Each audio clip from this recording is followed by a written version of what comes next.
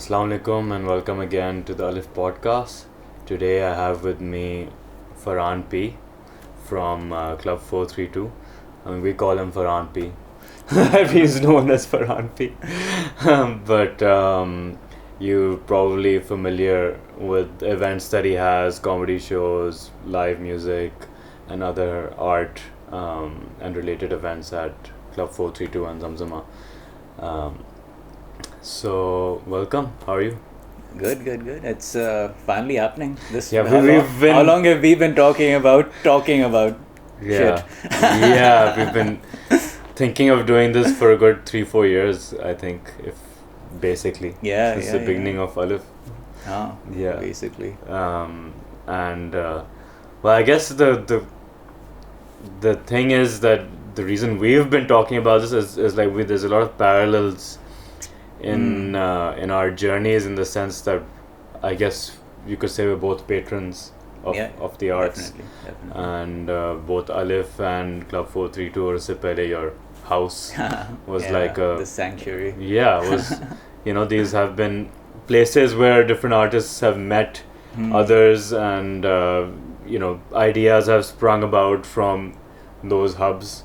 And actually, just a quick story for everyone, like I think it was December 2016 or Jan 2017, and this new app had been launched called Jambro, or they were starting to launch it.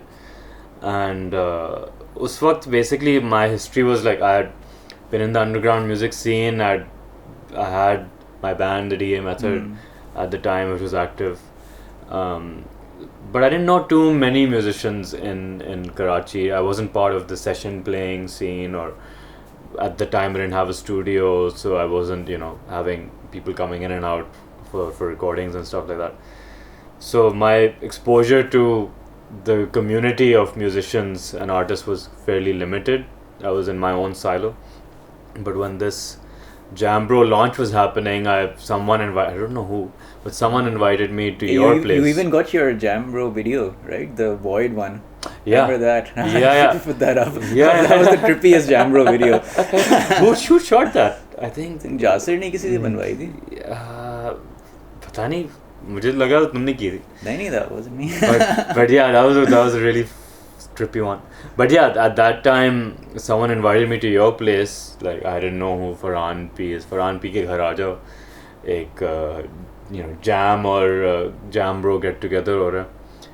And I showed up there, and I literally knew 2-3 people, but there was literally like 80, 90, maybe 100 musicians there. It was a big crowd. Yeah. And I remember walking in, and this guy was playing some crazy drums, and I was like, who's this? And someone said, that's Aziz. So that's when I met Aziz, I met Lari, and so many of these people that I've now since worked with. Yeah, those were good times. Yeah. And उसके बाद regularly उधर jam scenes हुए थे. Then we just kept going. Yeah, and इत्तेफाक से like just few months after that, I think it was Jan 2017 itself that I walked into Aleph for the first time, looking for a place for 3 years preceding that. How did you find this place? That's basically I moved back from England to Pakistan in 2012 ka end, beginning 2013, and I was already like, I don't want to. Previously I'd been in banking in England, and I'd been married, and I had my divorce, and I decided I just want to pursue music for a while. But making music with my band at the time, DA Method, which was spread around 2-3 continents, like Talha was in the States, and Osama later moved to England. So it was a quite stop and start. Like I would spend a lot of time in Karachi, not having work and not doing anything, waiting for the next phase of our album, progress happening with someone traveling to me or me traveling there. So I was in a bit of a limbo, and as time progressed, I started to get the idea that I really like the process of making music, and I thought maybe I can bring something to production which isn't available, because at the time we were looking for studios to record our stuff. And Karachi mein You didn't record anything here, right? I mean, we did some very little stuff at Umran's, like a cover, one of the covers that we did, California ka cover. But our actual album recording was all in the States. I would travel there for that. And I realized that there literally isn't a place for more artistic kind of musicians that want to pursue music as a passion. There was mostly studios for jingles, and if you were coming on a one of those soda pop shows, there would be facilities for you to record that stuff, but nothing really for independent artists. Independent music was all being made in people's bedrooms, basically. It's for Glassen TV ho raha tha, Nadir, Ali Suhail and all. They were all doing bedroom productions. There's no real like a facility with the creative freedom. I think that's the difference, right? Yeah. Like to go to a studio, you had to have a budget and some backing from somewhere to have a budget. And then then also just one thing I find odd about the commercial recording industry here is that just kabhi studio hai, then you're getting produced by that person, regardless, like if it's like Saadiyat studio, it becomes his sound, right? So you don't get the leeway to do your thing, and I think that and you can get in tune with the producer. That's very possible. You got to spend time with them, right?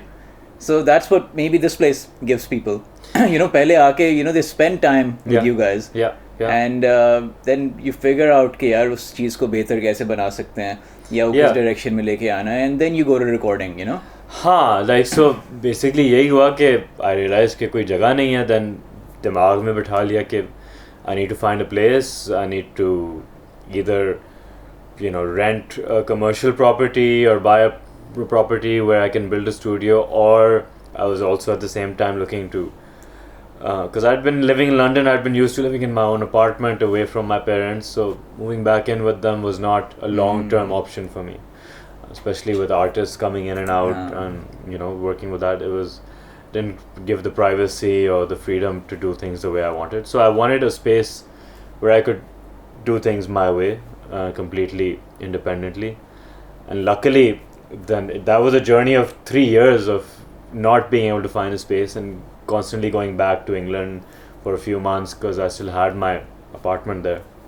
And I converted that first into a mini studio.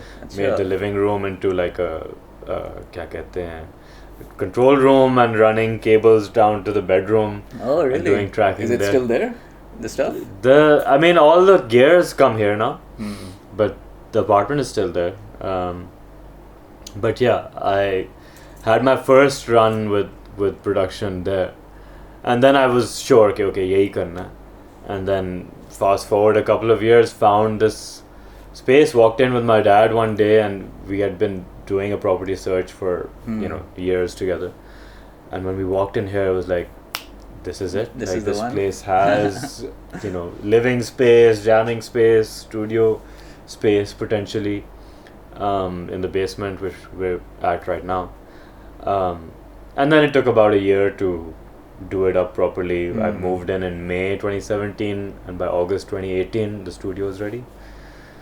So but like you said, the whole idea has been to provide a space for artists to firstly come to get to know each other, and फिर production or songwriting वो सब naturally आता है, but first you need to kind of gel and have a chemistry, for sure, because it's expression at the end of the day, right? It's art and it's expression, and I think more than the tech that goes into it, it's the minds and the hearts that really makes good music at the end of it, and I mean you could say it's a symbiotic relationship between the technology as well. I mean, again, one of the things for me was being a gear geek, growing up collecting certain guitar gear and stuff, and then getting into production, collecting, researching what mics have my favorite records been recorded on, what do different of my favorite producers use, how do they lay out their spaces. Over time a lot of research went into that, and bringing in other producers, engineers here, having them like Danny initially, and then Adil Tahir, Daniel Panjwani, were the main engineers at Aleph, and a lot of their understanding and expertise has come in to the space as well. But again, Aleph ka naam bhi was on the basis that, you know, we're stronger together. And, you know, in Pakistan, we haven't had that kind of unity amongst artists and creative people to really take the industry forward. There's always been people, when they get breakthroughs, they kind of, you know, start taking opportunities for themselves and building their own careers, as opposed to watching out for the people who've supported them along the way, you know. And I think that's similar with your approach with Club 432 as well. Like, you know, it's more of a collective. Yeah, for sure. situation. I like to think that we are an artists club. Yeah. Right. So that's why Club 432. I remember we came actually, let's go back with. Yeah. We did come up with a name together, but like, at what point did you know that? I mean, you've had a long history with supporting arts. Tell us a bit about how that started and how that progressed. Okay, so the club is a culmination of everything I've done in the last. It's almost 20 years now. It's crazy. I had my first, I threw my first underground concert in 2004. I think. Remember those rock fests that used to happen? Very auditorium pe hota tha, Metropole pe hota tha. So, you know, I moved here in 2001, I think, from Dubai after high school. I was going to join the Merchant Navy. So I just came here for the Marine Academy. But found out पहले वो inter करना है तो उसकी जगह A-levels मैंने किया 2 साल. फिर then I had like 2 years here before. Then I went for training to the academy and everything. So I had and I started sailing in 2005. So I had 3 or 4 years in Karachi. Where I first started going to these gigs, and then in school, a couple of friends, we made a band. And we didn't know how to play. It's just because we want a band, we want to be cool, you know. एक बंदे को guitar बजाना था उसमें, and he was like, हाँ मैं सब बजा दूँगा, तुम चिल करो, तुम बस वीडियो में आ जाना, you know. तो we made a band और एक वीडियो भी बना दी हम लोगों ने. उस पर Indus Music. बैंड का क्या नाम है? Ayers Rock. और Indus पे आया था वीडियो. Indus Music पे was nominated for best rock video. Wow. It was such a stupid video. So Indus Music शुरू हुआ था, एक दोस्त था डायरेक्टर वहाँ पे, Ali Hussain, C Prime, I think उसी का आजकल, him and his brothers. So he made us a music video for $10,000, which was wow, cool. Small fortune at the time. तो band बन गया, video बन गई, and now we're you know, shit, अब सीखना चाहिए बजाना. तो we had a gig, और gig बजाने के लिए सीखना पड़ा. You know, I had a couple of friends जो स्कूल में थे मेरे साथ, मशद the designer, he was in the band too. Oh really? He also didn't know how to play, और उसने फिर सीखा भी नहीं. He was like fuck. So एक हमारा बहुत अच्छा दोस्त है Faisal Shah, he's moved to Finland now. So he the vocalist. Oh yeah, you met him, right? So he was the vocalist, and he's become fairly successful now. He's does some really good photography as well. So then we started doing our own underground gigs. Beria pe, we had this series called Revo Rock. Okay. जिसमें उस वक्त there used to be 5 or 6 primary underground bands. It's interesting because I was in the scene 2001 से लेके 2003, and then I left for England for college. Okay. So literally we've just crossed paths, and we met each other years later. Yeah. It was Ash एक band होता था, Messiah एक band था. Messiah के साथ मैंने बजाया भी था back in 2004. It was pretty cool क्योंकि I think Ash Junaid Kamran का band था. They used to play only Nirvana. I remember them playing Nirvana. And was it यार Messiah के अलावा एक और था band. हाँ, there was one band that would only play Iron Maiden. You know? Oh yeah. I'm forgetting their name. वो भी सारे दोस्त थे. So we would all just be you know, अपना show करना है, वो Berry Auditorium 12,000 Power Sheikh had band. Power Sheikh had a band. Dusk with Faraz Anwar. Yeah. Faraz Anwar was like our उस वक्त से like he was like music the god. boss, you know, the god के, you know, कि वो हमें मिलते थे अक्सर gigs पे. He used to come to like the bigger gigs जब हम लोग सब concerts में जाते थे, and it was like everyone like would just be swarming around him and trying to like, you know, book like some time with him के, you know, कब हम साथ बैठे हैं या कुछ सिखा दें ये वो. And he would be so cool about it. He's like, हाँ बस रुक जाओ मुझे 1-2 महीने दो मैं तुम्हारा करता हूँ. And he would like get to everybody, you know. So I started doing those concerts, and then in 2005 I went off to the Merchant Navy. We played like for a year continuously, like, you know, हर महीने अपना show तो हम लोग कर रहे होते थे. And then we started getting called to like the other underground shows जो बाकी लोग कराते थे. Were you making any money from these shows? नहीं, not really. Like just covering costs. Covering costs. Like we got called. Like we played a gig in Lahore. Basant का एक show था. At some rooftop. Like it was one of those brands. So like you know, they were paying us I think 60K at the time, which we thought was oh fuck. But then we spent all the money in like going and coming back, you know. So उस तरह से था, you know. Hyderabad में एक show बजाया था हमने जिमखाना पे.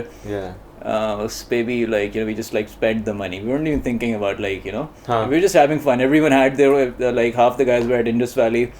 I was at the Marine Academy. But what I got out of that was that I started putting my own shows together. I figured out कि ये खुद कर सकते हैं shows. और अगर नहीं करेंगे तो कम होंगे shows. और नहीं करेंगे तो फिर होगा ही नहीं. बैठे रहेंगे. You know, so just अपने shows करने शुरू किए. Then I went off to the Merchant Navy in 2005. I sailed for about 18 months in my first trip. I came back for 3 months. So during that time, one of my friends had started an event management company called Yellow Butterfly. Okay. No, actually that came later. First we started Chupkali Entertainment. There's a company called Chupkali Entertainment. So I just I'd landed back, and the week after they had just formulated the company, so they were like, you know, tum bhi aa jao. So we put up. So their concept was DJ parties. Right. Okay. That started becoming the cool thing. So there's this DJ from the UK. What's his name? Also Junaid something. I forget. He plays on actual turntables. And he was pretty active in the 90s in Pakistan. Okay. तो उसकी एक event हमने कराई. So I helped them out with it, and it turned out that I was pretty good at like running shows. And plus like doing a lot of like the media work involved and stuff, you know, designing and things like that. This is still pre-social media. Yeah, exactly. Posters लगा देते हम लोग जाके जगहों पे. You know. Exactly. So that turned out pretty well. That event. So we did like 2-3 more while I was in town for 3 months. एक हमने Funland पे carnival करा लिया. Just because we thought कि यार ये भी करना चाहिए. We rented Funland for a day. We got like all these stalls, like एक laser tag वाले को पकड़ के ले आए, एक dune buggies वाले को पकड़ के ले आए, you know, carnival games लगा दिए, and just like things like that, because I just kept thinking, you know, what else can be put into an experience for people, and you know, then I went back to the Merchant Navy for another like 2 years. Okay. Then I would come back for like 3 or 4 months at a time. Until I stopped sailing in 2015. Okay. 2014 was it, something like that. So every time I was back in town, I would always put up some sort of show. Right? So it was like parties for a while with DJs and stuff. That was under Tribal Fusion. Or so that came later. There was Chupkali Entertainment, and then that when I left, it fizzled out. Then when next time I came back, it was Yellow Butterfly that they'd started. So like I did some events under them, and then but the next time I came back, this friend of mine, Fahad Baksh, he did. So at this point, I had like an apartment with my brother at Karachi Beach.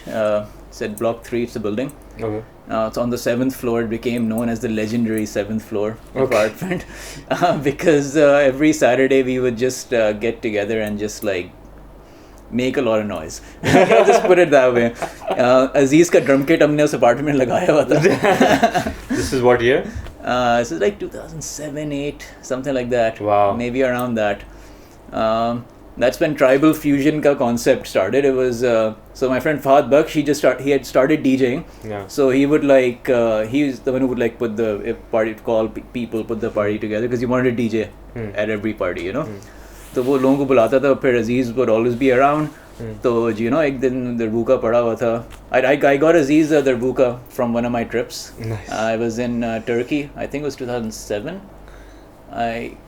Or no, that was much earlier on. I got him the darbuka first, and then when Aziz got married, I got him like bongos, like his and hers. You know, bada chota. So Aziz would be there with those instruments, and he started playing with the DJ, and they were like, "Yeah, this is interesting. This is a cool fusion." So they just gave it a name, Tribal Fusion. And then we started doing these little. Again, it was like events for friends, so we just do it, you know, at the apartment or at like the beach or stuff like that. Yeah. And again, then I went back to the Merchant Navy. Yeah. So the last time I came back, it was so that's when the tribal fusion, as it later became known, started.